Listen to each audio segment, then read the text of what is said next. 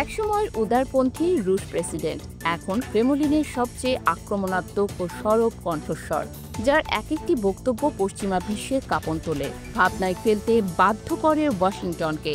তিনি হলেন রুশ প্রেসিডেন্ট পুতিনের অন্যতম ঘনিষ্ঠ সহযোগীদের একজন, দমিত্রি মেদভেদেভ, যার সাম্প্রতিক মন্তব্যে তেলে বেগুনে জ্বলে উঠেছেন ডোনাল্ড ট্রাম্প। রাশিয়ার ওপর নতুন নিষেধাজ্ঞার হুমকি দেওয়ার পর যুক্তরাষ্ট্রের এই প্রেসিডেন্টকে সরাসরি পরমাণু হামলার পরিণতি স্মরণ করিয়ে দেন মেদভেদেভ। শুধু প্রতিক্রিয়া নয়, তার কণ্ঠে ছিল হুঁশিয়ারির কঠিন ভাষা, যা ট্রাম্পকে সাবমেরিন মোতায়েনের মতো তাৎক্ষণিক সামরিক পদক্ষেপ নিতে বাধ্য করেছে। সম্প্রতি টেলিগ্রাম বার্তায় মেদভেদেভ ট্রাম্পকে কটাক্ষ করে বলেন, আপনার জন্য একটা নতুন টিভি সিরিজ লেখা উচিত, the Walking Dead nuclear edition. পাশাপাশি তিনি তুলে আনেন সোভিয়েত আমলের ডেড হ্যান্ড নামের কুখ্যাত স্বয়ংক্রিয় পারমাণবিক প্রতিশোধ ব্যবস্থা, যা শত্রুপক্ষ আঘাত আনলে রাশিয়ার পক্ষ থেকে স্বয়ংক্রিয়ভাবে পারমাণবিক জবাব নিশ্চিত করতে তৈরি হয়েছিল। এটি কার্যকর থাকলে যে কোনো উত্তেজনা পরিণত হতে পারে সর্বনাশা যুদ্ধ পরিস্থিতিতে। 2008 থেকে 2012 সাল পর্যন্ত রাশিয়ার প্রেসিডেন্ট হিসেবে দায়িত্ব পালন করেন মেদভেদেভ।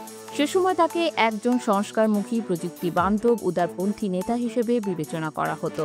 আইনজীবী পেশাজীবী হিসেবে তার উত্থান পুতিনের গোয়েন্দা ব্যাকগ্রাউন্ড থেকে ছিল সম্পূর্ণ ভিন্ন। সিএনএনকে 2009 সালে দেয়া এক সাক্ষাৎকারে তিনি বলেছিলেন, পশ্চিমাদের সঙ্গে রাশিয়ার সুসম্পর্ক থাকা উচিত, কারণ এটি বিশ্বশান্তির জন্য অপরিহার্য। তবে সময়ের স্রোতে মেদভেদেভের অবস্থান নাটকীয়ভাবে বদলায়। 2012 সালে প্রেসিডেন্টের পদ ছাড়ার পর পুতিন পুনরায় ক্ষমতায় ফিরে আসেন, আর মেদভেদেভ হন প্রধানমন্ত্রী। এই সময়ই তিনি ধীরে ধীরে আরও রক্ষণশীল ও জাতীয়তাবাদী বক্তব্যে সরব হয়ে ওঠেন।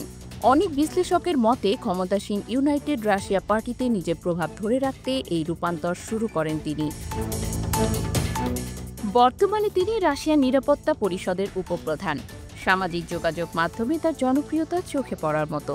টেলিগ্রামে 17 লাখ ও এক্সে প্রায় 70 লাখ অনুসারী নিয়ে তিনি কার্যত রাশিয়ার মতাদর্শিক লড়াইয়ের সামনের সারির সৈনিক। যুক্তরাষ্ট্রভিত্তিক think tank institute for the study of ওয়ারের বিশ্লেষণে বলা হয়েছে, মেদভেদেভকে ব্যবহার করা হয় পশ্চিমা সিদ্ধান্ত গ্রহণকারীদের মধ্যে ভয় ও বিভ্রান্তি ছড়াতে। আর কোয়ান্সি ইনস্টিটিউট বলছে, মেদভেদেভের উস্কানিমূলক মন্তব্য অনেক সময়ই সেলফ পরিকল্পিত বাগাড়ম্বর, কিন্তু তা উপেক্ষা করাও ঝুঁকিপূর্ণ।